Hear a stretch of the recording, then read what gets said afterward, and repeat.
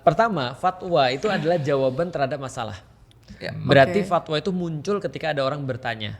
Ketika ada masalah. Misalnya, contoh misalnya kayak gini misalnya. Aku ada masalah nih. Bapak Aji misalnya, mohon maaf saya mau nanya Bapak Aji kepada yang bikin fatwa kan. Bagaimana hukum cloning? Nggak usah hukum cloning. Sekarang yang lagi marak nih. Bagaimana hukum mengkonsumsi daging yang dikembangkan lewat kultur jaringan? Jadi sekarang lu tahu ada daging yang dibuat bukan dari makhluk hidup.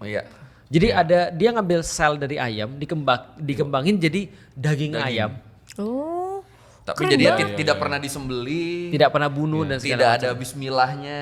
Nah, itu gimana? Pakai apa itu? Nah, kultur. Intinya teknologi canggih lah, bisa ngeprint ayam, bisa ngeprint ayam.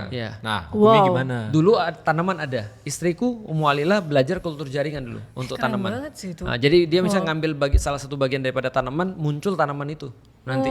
Jadi cuma ngambil dikit aja, cuma dicoel dikit jadi tanaman itu. Keren ya. Nah, itu ada sekarang untuk daging sudah dibuat. Nah, bagaimana hukumnya? Maka terus kemudian mufti itu akan melihat, kita berarti ada masalah sudah diselesaikan kan ya. Bagaimana kalau ada kayak begini? Maka dia mikirin. Misalnya contoh ya, yang hasilnya adalah kalau daging yang tempat dijadikan sebagai awal untuk mengkulturnya itu diambil daripada yang halal, maka hasilnya halal juga. Tapi kalau diambil dari yang haram, jadinya haram juga karena dia itu replikasi dari yang haram. Nah, itu hukum fatwa tuh.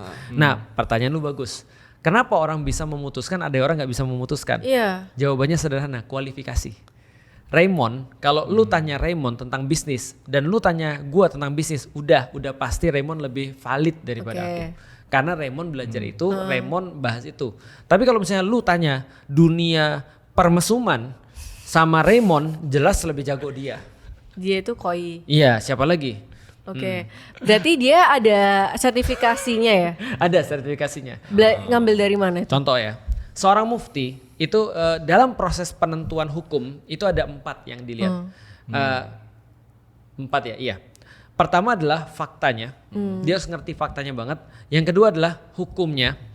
Yang ketiga adalah metode untuk yang ketiga adalah cara untuk menghubungkan antara fakta dan hukum. Yang keempat adalah metode yang digunakan. Itu minimal ada 4 ini. Nah, berarti dia harus melihat nih faktanya apa dulu nih.